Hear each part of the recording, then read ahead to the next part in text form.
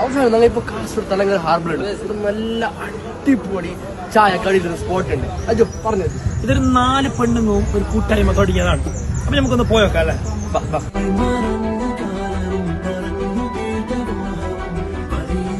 നമ്മൾ 18 ചങ്ങായിമാർ ഒരു ഗ്രൂപ്പ് ഉണ്ട്, വാട്സപ്പ് ഗ്രൂപ്പ് മിക്സഡ്. അതിലത്തെ ചങ്ങായിമാരെല്ലാവരും കൂടിയിട്ട് ഒരു തട്ടുകട തുടങ്ങിയത് ഒരു സന്തോഷത്തിന് വേണ്ടിയിട്ട്. അപ്പൊ എല്ലാവരും വരുന്നത് സപ്പോർട്ടാക്കണം.